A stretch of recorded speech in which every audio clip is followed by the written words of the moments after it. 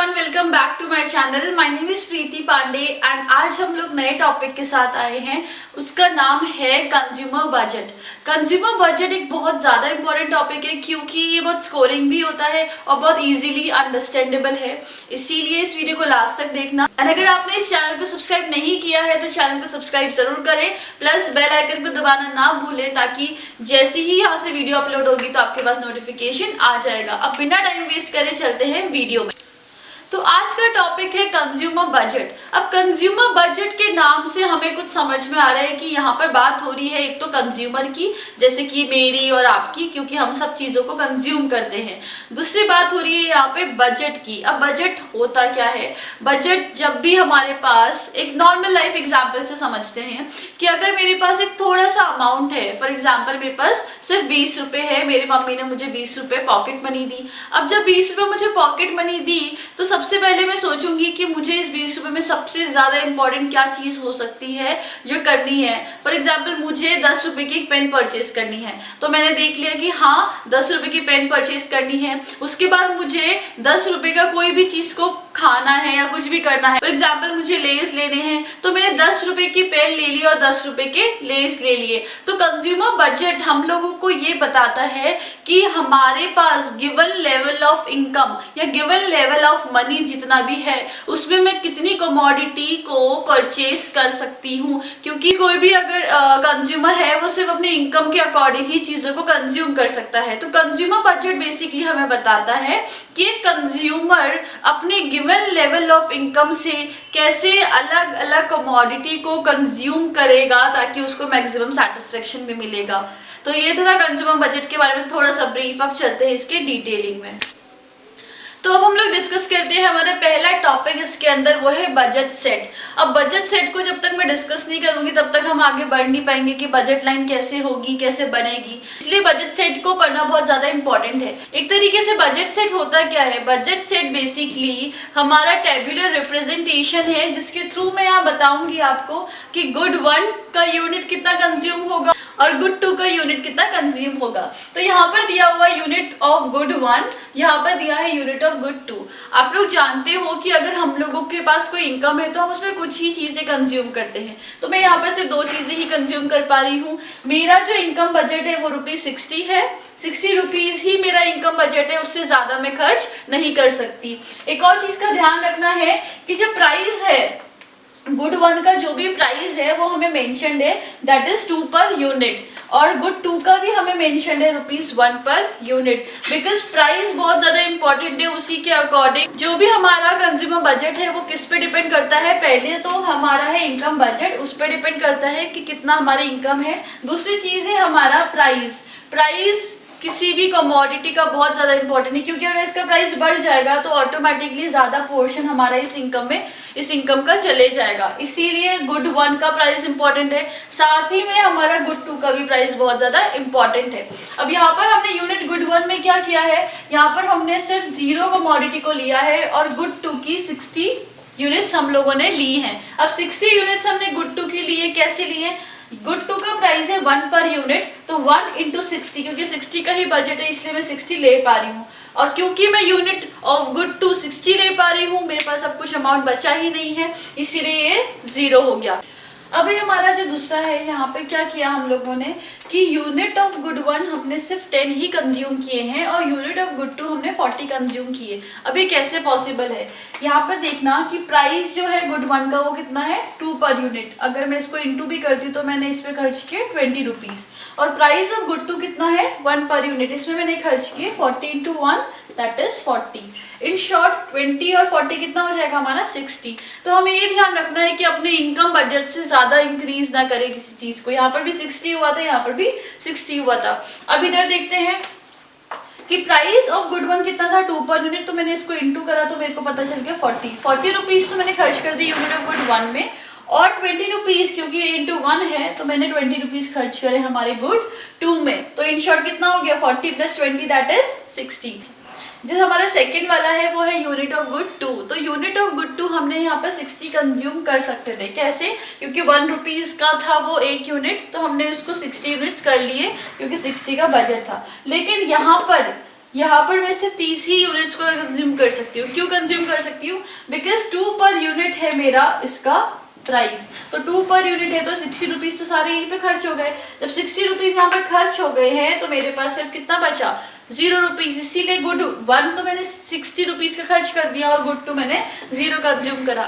तो ये तो था हमारा बजट सेट। और बजट सेट हमें क्या बताता है कि that different combinations of goods को गिवन इनकम और given price level of good 1 and good 2 जब दिया होता है तो उसके अकॉर्डिंग हम यहाँ पर एक टेबुलर रिप्रेजेंटेशन बनाते हैं। अब हमेशा ध्यान रखना कि जो भी हमारा ये चीज होगी, मतलब जो भी हमारा सेट बनेगा, या तो वो हमारे इनकम जो होगी इनकम से इक्वल बन सकता है, जो भी हमारा बजट होगा या तो वो इनकम की इक्वल बन सकता है, या फिर क्या होगा वो हमारे इनकम से थोड़ा सा कम ही होगा, इनकम से ज्यादा नहीं हो सकता। मतलब बजट शुड बी लेसर, या तो लेसर या फिर हमारे इक्वल हो सकता है। बिकॉज 60 रुपीज से ज्यादा का कोई प्रोडक्ट होगा तो हम उसे खरीद नहीं पाएंगे, लेकिन 59 का होगा, 55 का होगा, 40 का होगा, वो सारी चीजें हम परचेज कर सकते हैं। अब ये है हमारी बजट सेट की जो इक्वेशन है। किसकी इक्वेशन है? बजट सेट की।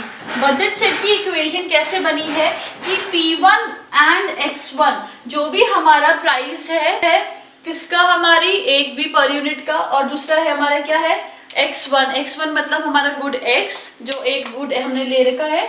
दूसरा है हमारा प्राइस 2 एंड गुड, जो भी दूसरी कमोडिटी है वो। इनका जब मैं इंटू करूंगी तो या तो ये इनकम से कम होना चाहिए या फिर ये इनकम की इक्वल होना चाहिए, जो चीज मैंने अभी आप लोगों को भी वहां पे समझाई थी। तो ये है हमारी बजट सेट की इक्वेशन।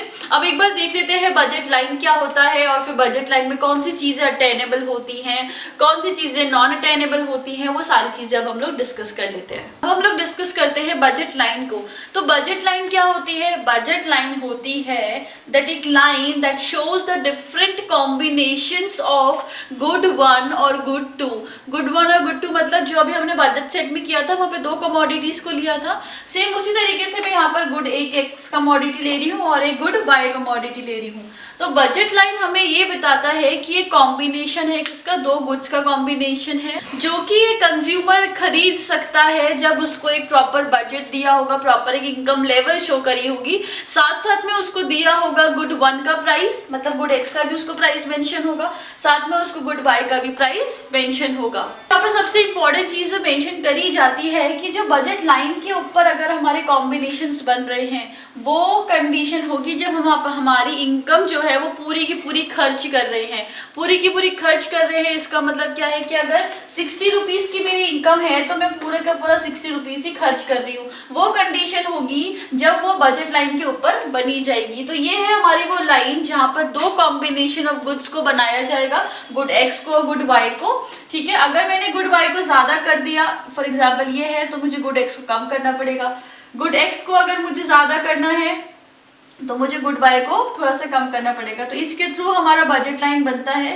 ये हमारे डिफरेंट कॉम्बिनेशंस हैं कि अगर मैंने गुड वाई को इतना लेना है, गुड वाई को अगर इतना लेना है तो गुड एक्स को इतना कंज्यूम करना पड़ेगा।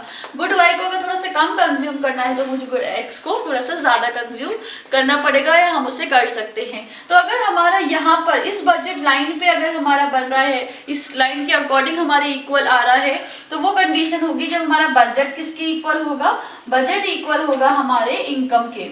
ठीक है, तो इनकम के इक्वल वाला तो ये वाला पॉइंट हो गया। अब दूसरी सिचुएशन है कि अगर बजट लाइन जो ये है उससे थोड़ा सा कम अगर हमारे आ रहा है इस एरिया में, यहाँ पर जो एरिया है, अगर इस एरिया के अंदर हमारा बजट बैठ रहा है, वो होती है हमारी अटेनेबल सिचुएशन। अटेनेबल एक प्रॉपर एक जगह जहाँ पर हम लोग पर्टिकुलर गिवन ऑफ इनकम से चीज़ों को अटेन कर सकते हैं।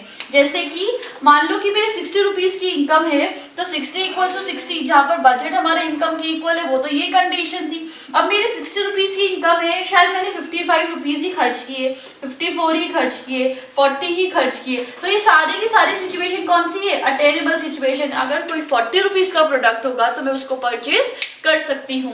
तो ये है मेरी सिचुएशन अटेनेबल वाली। नॉन अटेनेबल वाली सिचुएशन कौन सी हो जाएगी? अगर मेरे पास 60 रुपीज़ है लेकिन मेरे को प्रोडक्ट कोई पसंद आ रहा है 62 रुपीज़ का, या फिर 63 रुपीज़ का, या 70 रुपीज़ का, तो वो सारी की सारी चीजें आगे पहुंच जाएंगी, मतलब उसको हम अचीव नहीं कर सकते, नॉन अटेनेबल होती है, हम उसे अचीव नहीं कर पाएंगे, उस पर्टिकुलर कमोडिटी को हम परचेज नहीं कर पाएंगे। तो ये है हमारे बजट लाइन, जिसमें क्या दिया गया है, जिसमें डिफरेंट कॉम्बिनेशन ऑफ गुड्स दिए गए हैं, good x and good y, plus हम लोगों को गिवन इनकम दिया हुआ है, जैसे मैंने यहाँ पर 60 रुपीज लिया था, एंड मुझे बताया हुआ है कि गुड एक्स की क्या प्राइस दी हुई है, साथ में गुड वाई की भी प्राइस मुझे पता है, उस अकॉर्डिंगली जो मैंने बनाया वो मेरा बजट लाइन है।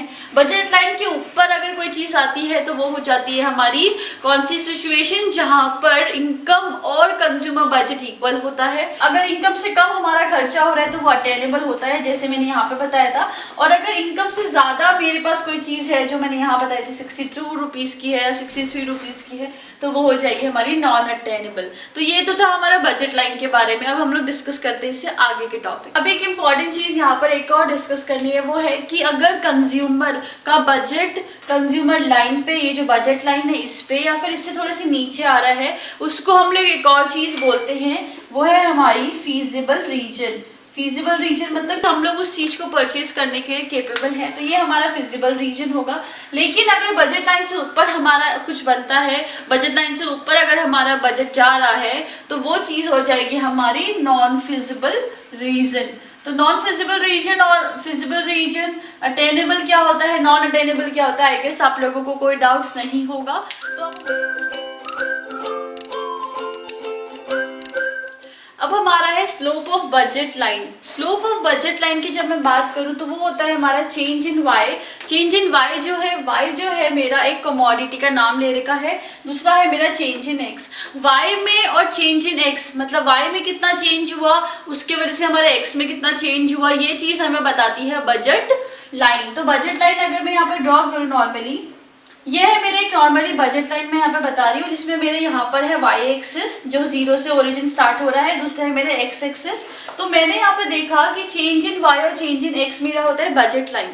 तो मान लो कि मेरा एक वाई कमोडिटी जब मैंने इतना कंज्यूम किया था यहाँ पर, उतना मैंने, इसको मैं वाई 1 ले लेती हूँ, तो उतना मैंने यहाँ पर एक्स कमोडिटी को कंज्यूम किया।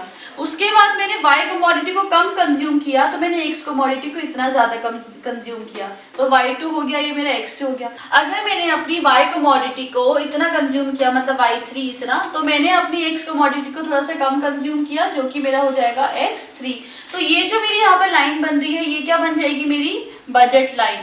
तो ये क्या होता है हमारा चेंज इन y, मतलब जो भी हमारे चेंजेस अगर हो रहे थे इतना, तो उसकी वजह से x में कुछ ना कुछ चेंजेस आ रहे थे, y के चेंजेस में और x के चेंजेस कुछ आ रहे थे हमारे, वही हमें क्या बताता है, एक बजट लाइन का स्लोप बताता है। अब हम लोग एक बार डिस्कस कर लेते हैं कि कौन सी कंडीशन में हमारा बजट लाइन बढ़ सकता है, फॉरवर्ड शिफ्ट हो सकता है या फिर बैकवर्ड शिफ्ट हो सकता है। अभी हमारे एक नॉर्मल एक हम लोग यहाँ पे बनाएंगे बजट लाइन को, और बजट लाइन बनाने वाले हमारे इसके थ्रू।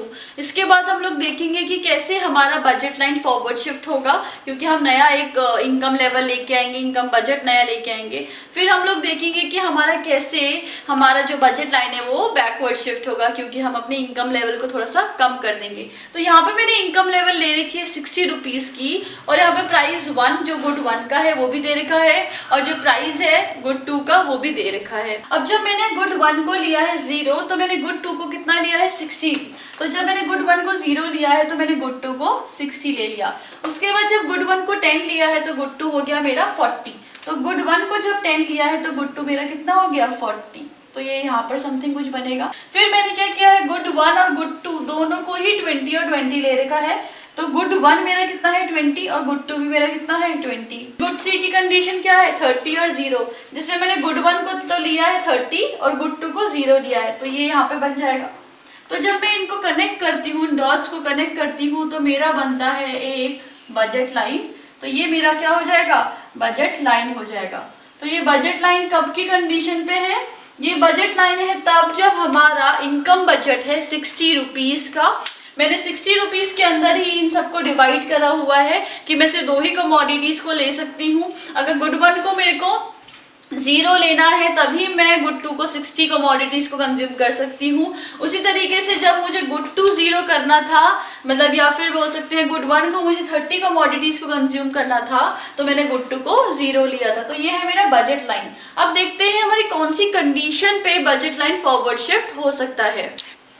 अब हमारा नेक्स्ट केस है, वहां पर आप देख सकते हो कि प्राइजेस बिल्कुल सेम है दोनों कमोडिटी की, लेकिन जो इनकम बजट है अब मेरा 120 हो गया। फॉर एग्जाम्पल पहले तो मुझे सिर्फ 60 रुपीज देते थे, तब मैंने ये वाला बजट लाइन बना दिया। उसके बाद अब मेरा जो इनकम है वो बढ़ गया है और वो हो चुका है 120 रुपीज का। अब जब मेरा बजट बढ़ चुका है तो ऑब्वियसली मैं कमोडिटी को भी ज्यादा परचेज कर सकती हूँ। प्राइस बिल्कुल सेम है, इस चीज का ध्यान रखना है।